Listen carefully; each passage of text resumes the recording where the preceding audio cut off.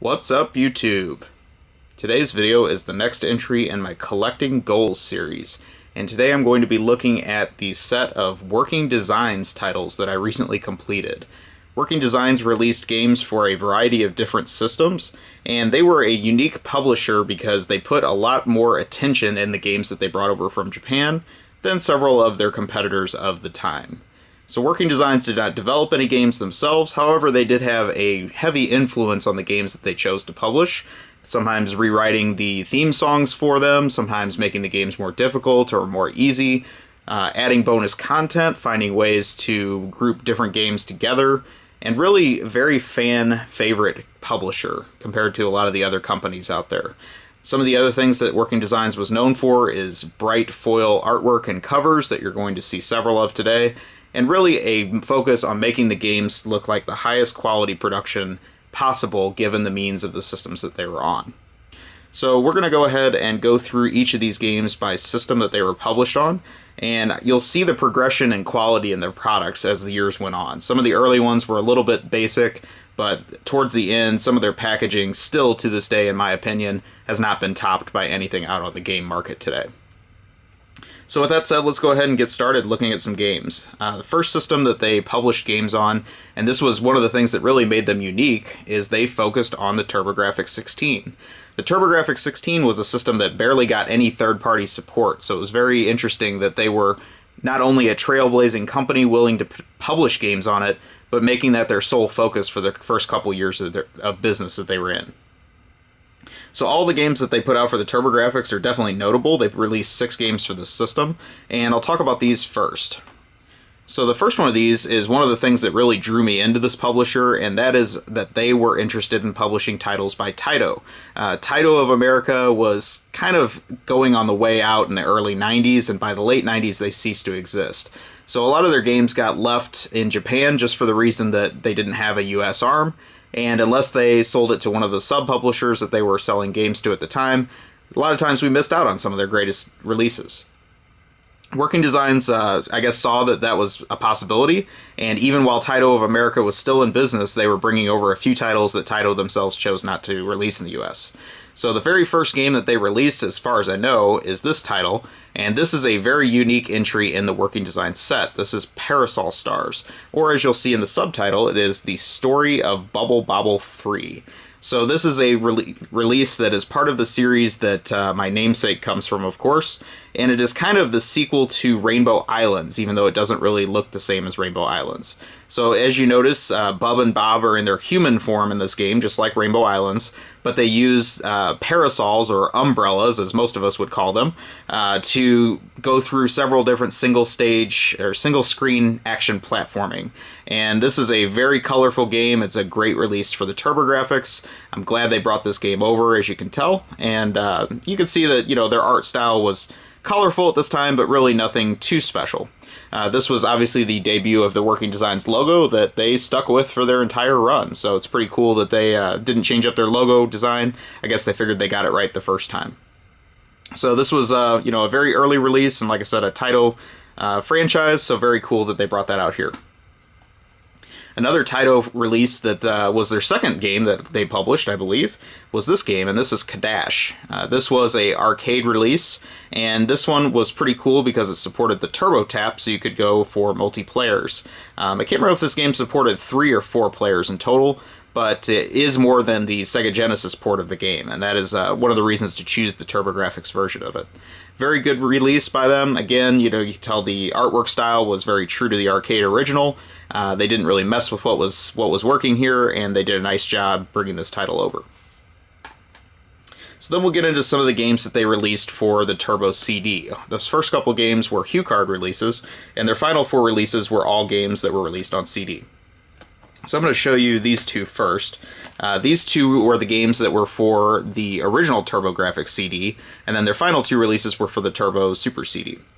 So the first one of these is Exile, and this is a side-scrolling. It's an interesting game because it's got the frame on there, kind of like Ease. I don't really know how else to describe it, but it's action RPG. It's okay. This also got a release on the Genesis, and this was probably Working Designs' first stab of creating their own artwork for the US release. At least as far as I know, that is original artwork for this one. It's kind of rudimentary, but you know, at least they were going ahead and giving it a unique spin that some of the other titles didn't get. And compared to some of the TurboGrafx art out there, it's really not that bad. Their second release for the Turbo CD was this game, and this is Cosmic Fantasy 2. I actually have a sealed copy of this game, so I have not played it, but this one has kind of questionable artwork. I don't really know who the artist was, but yeah, I don't know. They were definitely going for a Japanese style, but it definitely didn't pull off 100%. So this one is an RPG, and again, I can't really say a whole lot about it, but I haven't really heard all that much about it, so it must not be that notable. So again, company was growing, and yet another release for the Turbo CD. Their final two releases were also CD games, and this one, you know, I may be wrong about that. I think this was also just a regular Turbo CD game. But this one is Vastille, and this was a strategy RPG, originally by the developer Human in Japan. And this one has kind of a space theme to it, and one of the things that made this a very difficult piece for my collection is that this game also comes with a fold-out map, and showing all the different planets that you go to in this game. So, very difficult to find the game with the map. This one is not truly 100% complete, because there is also a outer slip cover that goes over it that originally came with the game. So unfortunately I don't have that, but I can deal with it.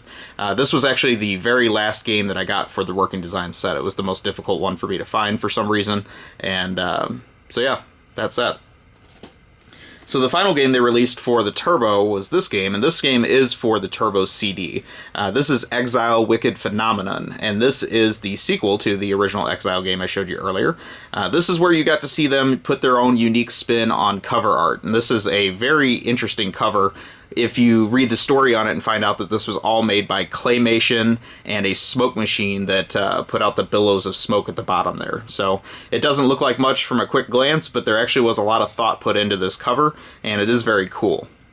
This one also came with the slipcase thing that went over it that I don't have, but on the back you can start to see some of the beautiful full-color artwork that they started to put with their games. So this was a Working Designs trademark that was kind of getting its start at this point. So to play this game, you do need a Turbo Duo system or a 3.0 Hue card with the CD attachment to play.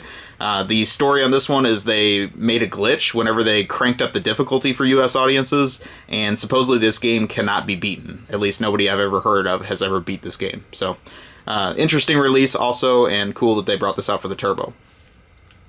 So I think Working Designs was seeing that the TurboGrafx probably wasn't long for the earth at that point. You know, the games didn't really sell in huge quantities, so I think they moved on to something that had a little bit larger install base, and they moved on to this system, the Sega CD. So we'll talk about the 4 releases they had for the Sega CD next.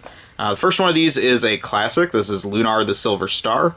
And one thing I notice about my copy of this one is it does not have foil artwork on it. However, I have seen a variation of this game that does have the foil artwork. So I don't know if it was a repress or what, but I would kind of like to have that version of this game.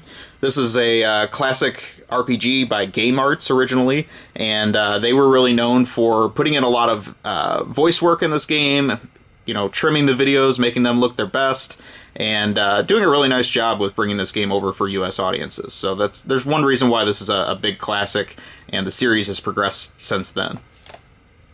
So due to the success of that game, which may have been their first big hit for all I know, this is the second game in the series, and this is Lunar Eternal Blue.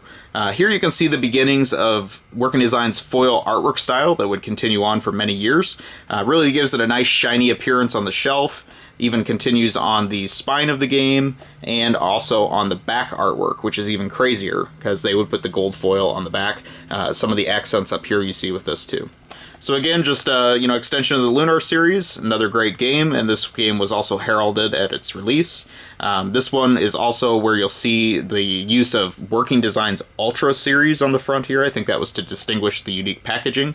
And I believe these were the games where you started to also see another Working Designs trademark, which was translation notes. One of the first game companies I'm aware of that would give you background information into how the port of the game for the US went.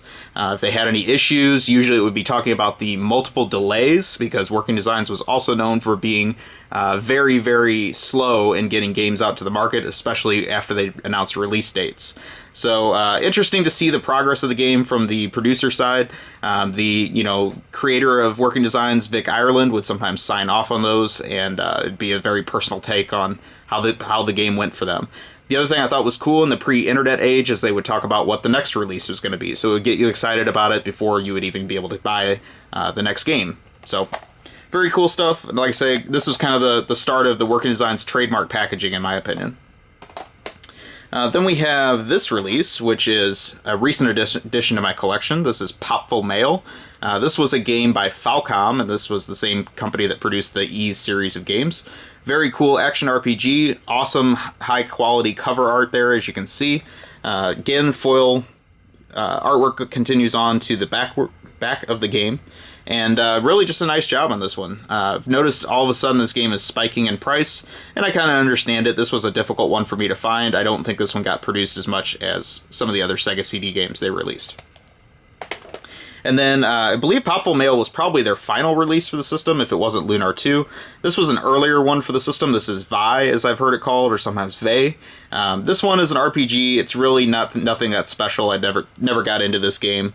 I have had this one for quite some time, but again, it just, I don't know, not that special. So, cool artwork though, nevertheless, and yeah, just another nice quality entry for the Sega CD for the packaging.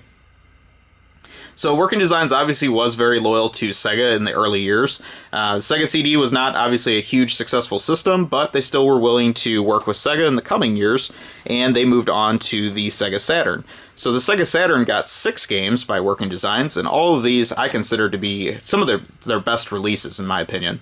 The first one of these is Albert Odyssey, The Legend of Eldine, I believe is how you say that. This was a early RPG for the system by Sunsoft, and then they gave it the Working Designs treatment and brought it over to the US. Here you can see they actually have the gold foil on the back of the packaging. Really nice touch, and I also think that they did a nice job of telling you how much memory the games would use, giving you some extra information. They would even give credit to the original developer with nice logos there, rather than just hiding it in the small text at the bottom. Really just a nice job on the packaging here. Another thing I should be pointing out too is the full color artwork that they put out on the CDs. This was something that pretty much no other developer was doing at the time. It really showed another care and quality attention to detail. So, just another nice release by Working Designs. This one isn't really one of my favorites, but very cool packaging on this one for sure. Then we have a game that is considered a classic to many people. I just never really got into it. This is Dragonforce, and this is a strategy RPG. This game has also earned the nickname Dragonforce because the game battles take forever. That's one of the things that lost my attention at it. I guess I just don't have a huge attention span, but I can definitely tell that the design of the game is well thought out. They did a lot of work to get this game released in the US, and artwork on it, as far as I'm concerned, is one of their best. It's a beautiful cover on this game. Then we get into Iron Storm, and this is more of a pure strategy game. I believe it's set in World War II. You pick your side, Axis or Allies, and just do strategy-style battles with this game. So another interesting release. I don't really think that this one sold extremely well, but another thing that was kind of unique is they gave donations to the Holocaust Museum for people that bought this game. So interesting that they were, kind of trailblazing for doing things like that too. Then we get to one of my all-time favorite Working Designs games, and that is this one. This is Magic Knight Ray Earth, and this game is a fantastic action RPG. It also was known as being the very last release for the Sega Saturn. This game came out in 1998, and I remember it well when this game came out. I could not find this game anywhere in town on release. I even worked in a game store at that time, and we didn't even get it in. So I got very lucky. One of my coworkers at the time bought this game, blew through it, and was willing to sell it to me after work one day. So it was really cool to get my hands on this. This is my original copy I've had since 1998, that summer. So very cool. This game got released in like 1995 in Japan, so it took them that long to get the license, get this game produced. I think this game, of all the Working Designs games, probably had the longest delay of anything, and really earned them that reputation for delays. But in the end, it was worth it. The game has great voice work, it's an awesome story, it's lighthearted, but it's very fun and easy to play, and definitely I can tell why this game is going for a lot of money now. This is one of the pinnacle releases for the Sega Saturn, in my opinion. The other thing about this game that continued on, I believe, with later releases on the PlayStation is they started doing disc variants. So this one is the... oh, I don't know my characters that well. I think that's Hikaru. But there were also discs for the other two characters as well. So if you wanted to truly be a Working Designs maniac, you would have to have all three variants of the disc. I'm not going to that extent, but, you know, it's out there for the super collectors. So then we get to my second favorite release for the Sega Saturn that they put out. This is Sega Ages, and this is a fantastic compilation of classic Sega arcade games. So you get Space Harrier, Afterburner 2, and my all-time favorite, Outrun, which is probably easily in my top 5 favorite arcade games of all time. This is the best port of Outrun for a home console ever released, in my opinion, and it really has some neat features like 60 frames per second mode that actually make it better than the arcade. So in Japan, these were 3 separate releases on 3 separate discs that you had to pay, say, $40 or $50 for. Another interesting approach here is Working Designs was able to bundle all 3 games together for the US market, saving the consumer money and really making an attractive package. This one also talks about some of the extra controllers that it supports. So you can see it supports the 3D analog pad, which is kind of unique, and also the arcade racing stick and even the mission stick. So interesting that they included all that information on there too. This also was one of the early releases from their sub-label of Spaz, and I don't really think that took off to the extent that they wanted it to, but Spaz was supposed to be for more of the arcade-style games, such as the shooters that they were also known for. So these are some of my favorite releases. I know Working Designs is really known for their RPGs, but they also did a nice job of bringing over arcade-style games too. Very fantastic package. This one was ignored for a very, very long time, and I think now people are starting to appreciate what a good release this game is. And then the final release for the Sega Saturn, not in chronological order, is Shining Wisdom. And this one, I haven't really played this one a whole lot. It's another action RPG. I do like the style on it. This one also is part of their contest series, and they did a series of contests where you could win things like $10,000 cash, unique game prizes, things like that. So they had a lot of just interesting approaches to getting people to buy their games that I don't think a lot of publishers were doing at the time. This one, again, just very nice artwork, nice package overall, and I can see why this game is well appreciated today, too. So then there was a falling out at the end of that Sega period. Basically, Sega of America and Working Designs, something happened, they weren't getting along well, and Vic Ireland pledged his allegiance to the PlayStation. He said, you know what, I'm done with Sega consoles, we're going to release all of our future stuff on Sony consoles. So the Sony PlayStation 1 got a lot of attention from Working Designs. There were 10 titles released for this system, so we're going to talk about those next. The first one of these is a Lunr, and this is an action RPG that has a nice hand-drawn style, very similar to like a Zelda Link to the Past. I just can't really get into the storyline of this game. I bought this when it came out, and it kind of bored me a little bit. Ended up selling it and bought it back somewhat recently, but haven't really given it another chance. Maybe I would like it more if I played it today. But again, this was, again, showing the attention to detail with the Working Designs games. This game is just a single disc game, but it comes in the double disc case, just because they wanted to include a extra fat manual with this, with a lot of good artwork and all of the production details that they're known for. So then we get to quite possibly the largest package on the original PlayStation, and that is for this game, Ark the Lad Collection. This is a 5-disc set, and it comes in this huge box. You get all kinds of extras that we take for granted today, like art books and trinkets. Very commonplace in the industry today, but I think Working Designs was one of the trailblazers for that type of stuff, because you really didn't see it back in the day. The other thing is they didn't make you pay extra over the top of the regular game price to get all those bonus games. This was the only version of the game, so I thought that was kind of neat that you know, everyone got all the free stuff. It wasn't like you had to be the elite collector to go for the top-notch box. So very cool RPG collection. This includes Ark the Lad 1 through 3, I believe. That's why it's such a long package. A lot of RPG action here, and just really nice package as always. This also has their little flap here on the front that shows you all the free bonus stuff that you get with it, and just a well-designed package overall. Then we get into one of the more obscure releases by Working Designs, and this is Elemental Gearbolt. This is a light gun shooter with a lot of cutscenes and hand-drawn graphic style. So very cool release here. This supports the GunCon, and it is very accurate for this game. And I really do enjoy playing this game. I can say that this is one of my favorite Working Designs releases too. Another thing about this one is they had a contest with this game that I think whoever had the top score in the country or beat the game fastest, something like that, got to enter into a contest to win a gold-plated GunCon and memory card that came in a special suitcase. So that is pretty much the holy grail of Working Designs collecting if you have that briefcase with the gold GunCon. I don't think that's going to be in my league anytime soon, but I think it is very cool that they did that contest and that that stuff exists.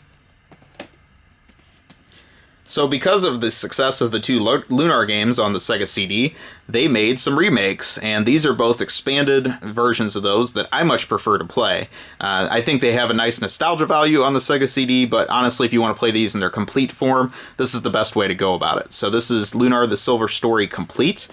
This was the first game that had the open flap style box with the bonus stuff in it. Came with a really nice cloth map in the package, and again, full color artwork on the back of the box. So very nice package as well. I did enjoy this game quite a bit. This was my introduction to the Lunar series. They also gave away a free bonus with this game when you bought it. It was a punching puppet of one of the characters, and I could not find it for this video. I know I have it somewhere in this house, but interesting freebie, and I think, again, you know, a very early pre-order bonus before things like that became very commonplace. So then we have a remake of the second Lunar game. This is another very thick package. This is for Lunar 2 Eternal Blue. Again, with the fold-out flap in the front. This one has especially lots of freebies in the box. You get a map, you get some little pins. I think there's, I don't know, a necklace or something like that. All kinds of just junk like that that you're probably never going to use, but it's all in the box. And, you know, again, very nice treatment with the artwork, and all the discs and everything like that have full color art as well. So then we get into kind of the full circle moment of Working Designs, and that is that they partnered with Taito again for a couple releases. So I think they saw again that Taito of the US was out by this point, and if these games were going to come out in the US, somebody had to step in and do something. So this is Raystorm. This is the second game in the Layer Section series. First one of these came out on the Saturn, and very awesome shooter. Just very stylish game overall. Really enjoyed this game, and can highly recommend this for anybody that's into shooters. So again, you see the Spaz logo on this, and also the Signature series, whatever that's all about. They were all about making these little subsets, and I don't even really think they knew what they wanted to do with them at this point. So, very cool release, and highly recommended. Then the sister release to that is the third game in the series, and this is Ray Crisis, as it's known as Series Termination. This is a game I bought new. It was very difficult to track down then, and I never see this game for sale now, and locally at least. Really stylish game. A lot of people don't seem to like this as much as Raystorm, but to me it's just as good, and I think it looks even better. So I highly recommend both of these. It's a very cool game, and I wish Taito would come back with this series. I think they left it on this high note and then never visited the series again. So very happy Working Designs brought this game over. I really like the cover on this one too. It's very stylish. So also another Spaz Games release is this game, and this is Silhouette Mirage. This was a game by Treasure, and they also worked with Treasure for a few releases. This one is a very interesting, fast-paced, side-scrolling shooting action game, I guess you could say. Just a lot of wackiness going on in this game, and I think it's very cool that they brought this out here. It really pushes the PlayStation hard. There's a lot of sprites going everywhere in this game, and just, again, very cool cover, nice release from Working Designs. So then we get into another Spaz release. This was another shooter for the system. This is Thunder Force 5, and this was a release originally by Technosoft, and I believe is one of the final releases by Technosoft. So very cool shooter, has nice style to it. If you like the Thunder Force games, you pretty much know what you're in for, but it has some nice enhancements to bring it up to the PlayStation graphics level. So very cool release here again, and you know, again, just I'm very excited that Working Designs brought all these shooters out, because shooters weren't getting published in the US during this time. There were a lot of games that you had to stick to import only to play them. So then we get into another strategy game by Working Designs. This is Vanguard Bandits, and this one was also a very difficult one for me to track down for some reason. Very difficult to find this game with the bonus disc. So it had a bonus for disc giving a preview of Lunar 2. For some reason, a lot of people, I guess, took those out of the case and kept them. So anyway, nice design. This game also was released by Human, as you can see, who also did Vast Steel, so it furthered the partnership with that company also. I haven't really had a chance to give this game much of a play, but I would say this is high on my list to try soon. So that wrapped up the 10 releases for the PlayStation. Let's talk about the games they put out on the PS2, and then that, sadly, was the end of Working Designs. So this game is Gryphon Blaze. I believe this one was released at launch, or at least very soon after the launch of the PS2 in 2000. And this one I didn't really play much. It's part of a series that's been out before on the Saturn, and also continues to this day, I believe. There's a lot of games in this series. It's a mech battle action game, which isn't really my style, but nice that they released it. They also took a chance with the cover here, and rather than making it so much of the gold foil, they made it more of this like refracting light cover. So I think it's neat. It kind of looks a little dark on the shelf, but it is interesting artwork at least. Nice that they tried something different for the system. And then this was the other release that they also released at launch of the PS2, or at least soon after, and this is Sylphid the Lost Planet. This is a semi-sequel to the on-rail shooter for the Sega CD by Game Arts, and as you know, that is the same company that made the Lunar games, but they also made interesting stuff like this. So, haven't really played this one a whole lot, but I do like the art style on it again. I think it was really more of a tech demo for the PS2 than a true gameplay masterpiece, but it was nice that they took a chance on these and released them very early for the system. So then, sadly, this is the final ever release for Working Designs. This is Growlancer Generations. This is a 2-disc game that has nice foil artwork again, brought back. There also is a fancy deluxe version of this game. I never tracked that version down. I might want to go for that in the future, but I think it's nice to have this for now. This has a series of different Growlancer games. I think there's 2 complete games on this one, and very nice that they released this game. This was delayed a ton, and I remember that was, again, feeding into their reputation. I think they had, maybe a 2 or 3 year gap from their last release, and that was one of the things that was making the fans wonder what was going on. So this was kind of their last blaze of glory before they went out, but nice that this game did get released. So that pretty much does it. That is the history of Working Designs, at least as far as I know it, and at least covering all the games in the collection and how much time this took to track down. This is a very difficult subset to go for, especially because it seems like there's more and more people chasing the Working Designs games. So hope you enjoyed this view of my collection. I know the video was a little long. Please take a moment, like, comment, subscribe, and like Working Designs says, without you we are nothing, and have a great day or night wherever you are. I will talk to you soon.